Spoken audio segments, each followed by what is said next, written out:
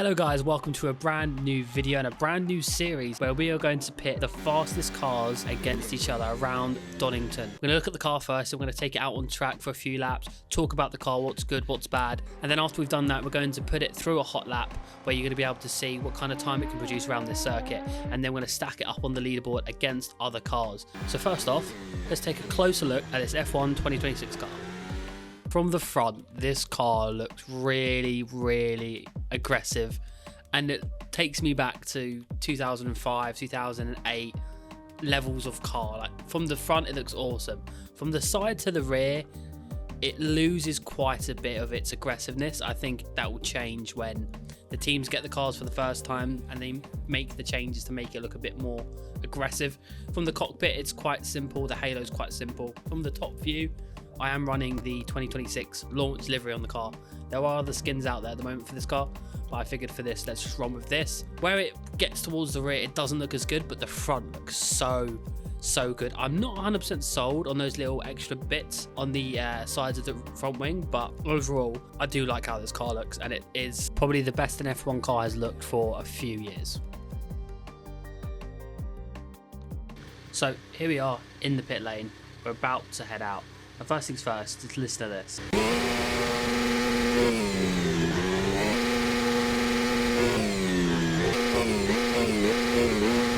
Sounds pretty good.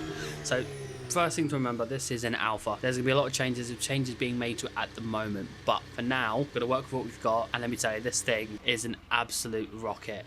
So we're going to take it out onto the circuit. The reason we picked Donington, my favourite circuit, overall it's got a bit of everything on this track, right? It's got high speed, medium speed, low speed, and just quite a few challenging corners to get right. At the end of this, we're going to obviously have a hot lap, and we're going to create like a leaderboard and stack it up against other cars that we will do in the future.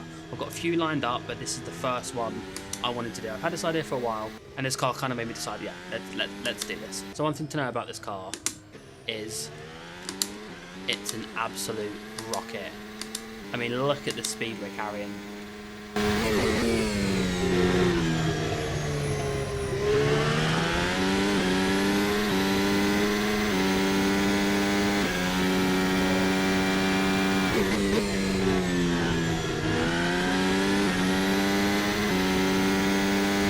Already down this straight. Now, it's very twitchy. It's very delicate. Now, due to the lack of ground effect they've removed on this car, has made it very loose. Under braking, it's a bit of a disaster. Slow speed, also a little bit of a disaster. Taking away the ground effect and reducing how effective that is has made it so loose. Like, it can carry a lot of speed mid-corner, but it will just snap on you, and you won't have much to say about it, to be fair. There's a lot less grip compared, if you compare it to like the current release of F1 24, you can just chuck the car in. You kind of can't really do that. There's definitely a lot more understeer in this car than there was in the previous car, which makes sense, right? We're trying to make the racing a bit closer. But overall, it is fun to drive. You carry a good amount of speed, but it will bite you exactly like that.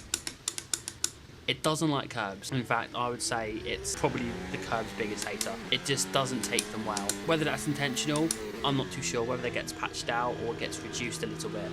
Because the thought of the car just spits its dummy out in such a way is mind-boggling. Depending on how harsh the curbs are, it can live with it. But if you're taking it at any kind of speed, or you're trying to mount the curb, it's just curtains. It really is. One cool thing that this mod has is it's already got the active aero, which already affects the front and the rear wing, which also reacts to the brake pedal as well, kind of similar to how DRS works. So that means going through these corners, you can hit it wherever you want. If you're not careful, this will happen.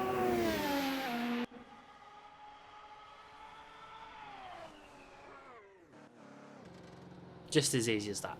Now, if we're talking about the sound, at first, I found the sound to be quite interesting, to say the least. Now, I've driven a fair amount of laps in this car. It's actually not that bad. I'm more accustomed to it than I was originally. I think the main issue at the moment for this car is it's way too quick in a straight line. Easily the case. I think you can hit something crazy like 380 down the hanger straight at Silverstone, which is just mental, right? That's way too much. And I think there is maybe a bit too much understeer currently in the car, which you know, again, like I said, it's an alpha.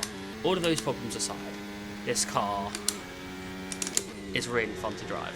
So that's enough talking about the car, about how good it looks, its pros, its cons. Let's get down to the hot lap to set the benchmark for the first ever lap time on the leaderboard.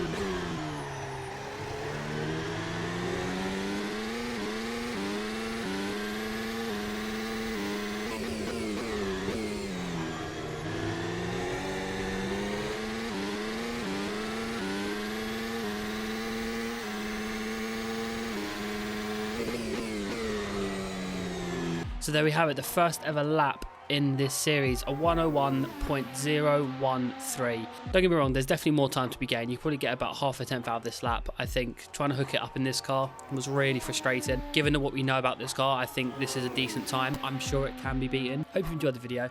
New concept. I really want to flesh this out a little bit more. I do have a plan to maybe move away from this track in the future, but for now, I just want to refine it, make it look a bit more jazzed up around this racetrack first. So I'll worry about that as we move on. Same with the cars, I want to dip in different series and kind of not just focus about F1, hypercars and such like that. So it'll be really interesting to see where this goes. But if you have enjoyed, please do like the video, please subscribe, and also if you've got any thoughts on what cars I should do or cars you'd like to see me do, then leave it in the comments below. I'll give it a think over and see if we can get that ball moving. But that's been it from me, guys. Until the next video, take care. Bye-bye.